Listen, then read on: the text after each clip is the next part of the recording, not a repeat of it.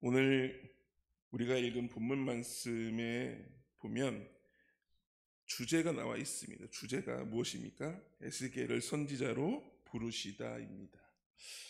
말씀을 준비하면서 이 부르셨다라고 하는 이 말씀이 저에게 큰 감동이 되었습니다. 이사야서 말씀에 보면 이런 말씀이 있습니다. 야곱아, 너를 창조하신 여호와께서 지금 말씀하시느니라.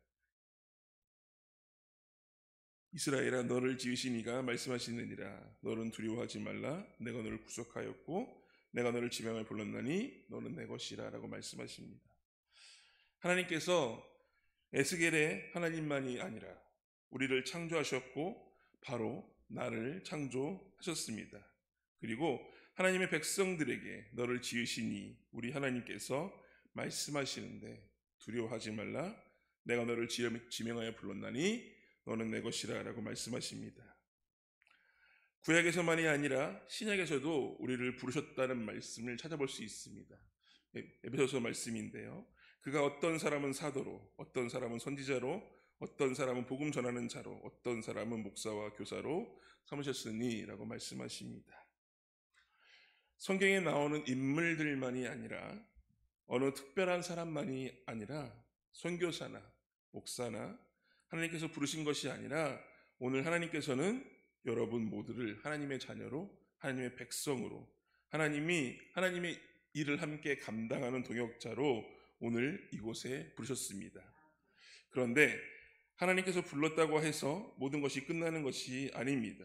부르심을 받은 자들에게는 꼭 필요한 것이 하나 있습니다. 하나님의 부르심에 응답하기 위해 꼭 필요한 것은 오늘 2절 말씀에 나오는데, 그가 내게 말씀하실 때에 그 영이 내게 임하사 나를 일으켜 내 발로 세우시기로 내가 그 말씀하시는 자의 소리를 들으니 라고 말하고 있습니다. 여호와의 말씀과 더불어 하나님의 영이 함께 임하였다고 하는 것을 보여주고 있습니다. 하나님께서 우리를 부르실 때에 우리가 감당할 수 있는 능력까지도 함께 공급하신다는 것을 말씀을 통하여서 약속하고 계시는 것입니다. 우리에게 임하시는 그 영, 우리가 너무나 잘 알고 있는 루아흐입니다. 성령이라고 부르는 그 말씀인데요. 우리가 성령이 우리에게 임하시면 어떠한 일들이 벌어집니까? 성령이 너희에게 임하시면 너희가 권능을 받고 예루살렘과 온 유다와 사마리아와 땅까지 이르러 내 증인이 되리라 라고 말씀하십니다. 즉 우리가 부르심에 응답하고 부르심을 받았다고 성령이 우리에게 임하시면 그 성령이 하시는 일은 무엇입니까? 우리의 힘으로 절대 불가능한 일들, 우리가 그 부르심에는 감당할 수 있지만 우리의 능력으로는 감당할 수 없는 그 일들을 도우신다라고 말씀하십니다. 그리고 땅끝까지 하나님의 백성으로 자녀로서 삶을 살아가며 하나님의 말씀을 전하는 자가 된다라고 말씀하십니다. 오늘 이 성령은 어떠한 성령입니까? 지혜와 총명의 성령입니다. 이스라엘 자손을 구원하시는 권능을 보여주시는 성령이시며 양치기에 불과했던 다윗을 왕으로 부르실 때 임하였던 성령입니다. 오늘 그 영이 하나님의 부르심을 입은 자들에게 임하신다라고 말씀하십니다. 성경의 인물만이 아니라 위대한 영적인 지도자만이 아니라 모든 사람들에게 하나님의 뜻대로 살아가겠다고 하는 모든 사람들에게 하나님의 부르심이 함께 한다는 것입니다. 그리고 그 부르심에 순종하는 자들에게 오늘도 동일하게 하나님의 역사하심이 일어난다는 것입니다. 오늘 이 부르심에 순종함으로 이 새벽 기도의 자리에 나온 우리 성도님들에게도 하나님의 거룩하신 영이 임하시기를 주님의 이름으로 축복합니다. 우리가 하나님의 말씀을 따라 순종하기 위해 가장 먼저 해야 하는 것이 있습니다. 우리가 영상 하나 먼저 보시겠습니다.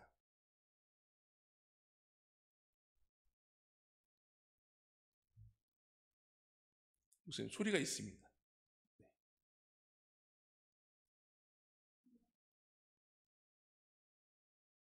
걔를 눌러주시면 나옵니다. 네, 멈췄습니다.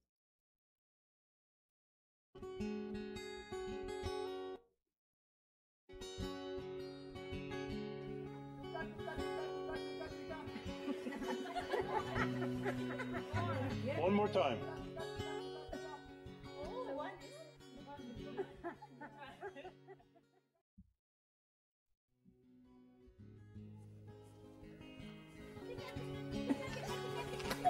Oh, good.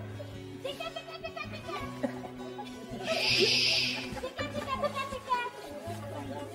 Isn't that amazing?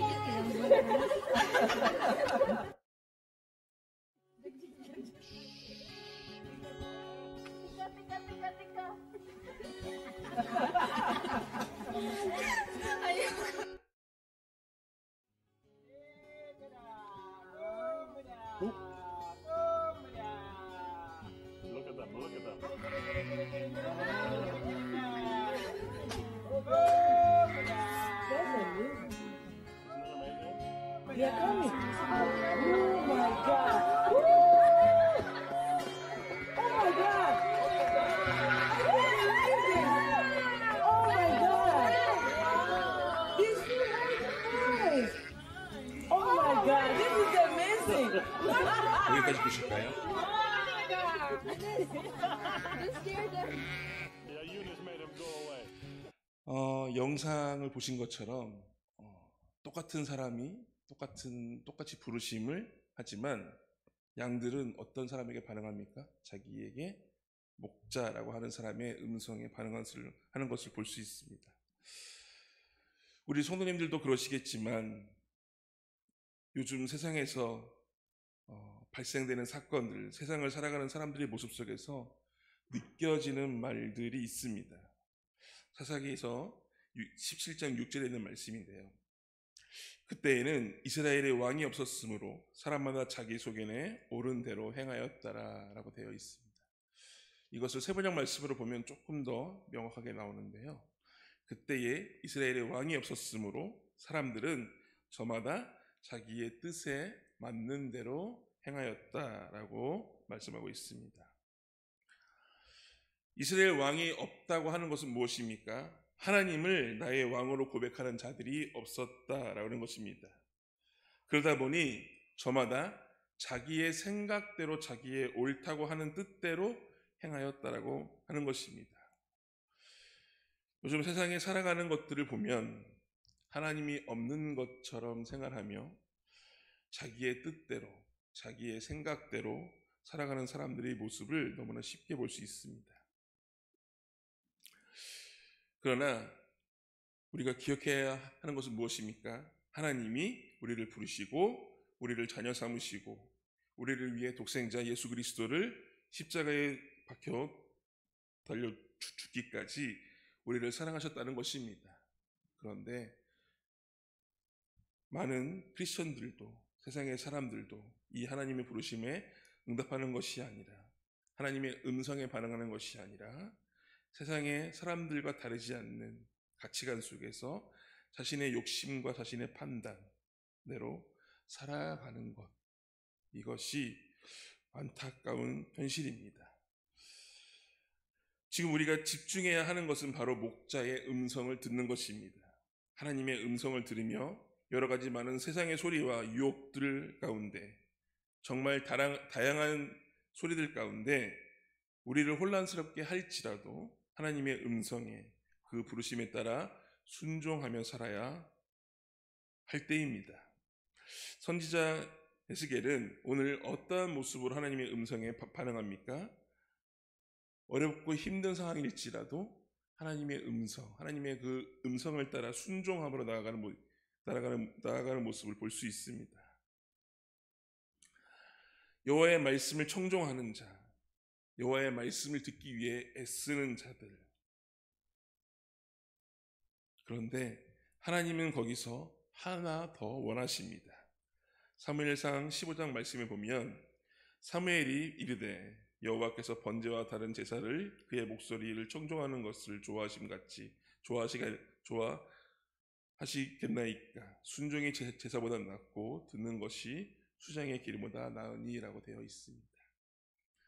우리들의 큰 착각은 하나님 앞에 얼마나 많이 드리는가, 내가 중요한 것을 얼마나 드리는가로 생각할 수 있지만, 하나님은 하나님의 목소리를 청종하고 순종하는 것, 그것이 제사보다, 순양의 기름보다 더 중요하다라고 말씀하십니다. 하나님은 바로 이런 태도를 가진 자들, 이러한 사람들, 자기의 뜻대로 살려고 애쓰는 사람들을 통하여서 하나님의 일들을 행하시는 것입니다. 악한 사탄의 음성에 속지 마시기 바랍니다. 너는 할 수 없어. 너는 아무런 재능도 없어. 너는 무엇이든지 할 수 없다라고 하는 그 말들. 지금 그 나이에 무슨 일을 하겠어? 너는 탈란트도 없잖아. 이만하면 됐어 라고 하는 이 잘못된 음성들에 속지 마시기 바랍니다. 이스라엘을 출애굽시킨 모세가 하나님의 부르심을 들었던 그때를 기억하시기 바랍니다. 죽을 뻔한 사람이 바로의 딸로 모세라고 하는 이름을 받았고 순탄대로였을 것 같았지만 도망자 신세가 되었고 고생하다가 80세에 부르심을 받았습니다. 바로 순종한 것도 아닙니다. 말을 잘하지 못하였습니다.